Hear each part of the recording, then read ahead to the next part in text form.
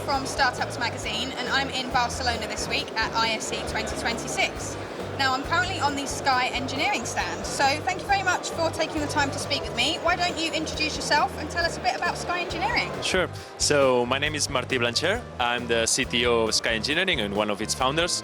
We are essentially an AI company. What we do is we do custom AI assistants for other companies. So when they have their own requirements and they have their own infrastructure, we come in and we develop their own version of our system, so they can deploy it in places like, for example, we work in train stations, we work in retail as well, for malls and places like that, where they want to deploy their own assistant, but they want it to have access to their own infrastructure, to their own information. So that's where we come in. And what sort of work will these AI assistants be doing? Are they providing information to the public, or? They can do many things. The easiest one is just simply providing information, right? Yeah. In complex environments, you may want to ask like, okay, how do I reach that place, or where do I go?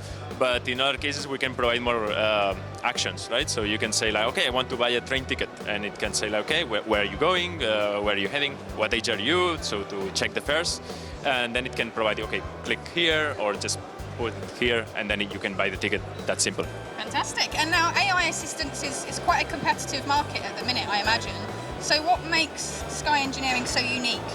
I think our uniqueness comes that we embed our solution in their machines. So if you have a ticketing machine, or if you have something that is already in your place or in your company and so on, we can embed our AI there. So you can go same way that you would do any way, buy a ticket or talk to your digital kiosk, and then you have your AI there, deploy it, no problem. And what would you say is the overall benefit of having an AI assistant? If I'm one of your customers, what would be the reason for getting one? So besides your customer engagement and things like that more obvious, we have a good point in accessibility. So a lot of people that are maybe not native digital person, that usually with complex UIs they have problems. It's easier for them to talk to it, and then you also get a lot of data that we later share with the company, so you can have usage data, things like that, how your customers behave and so on.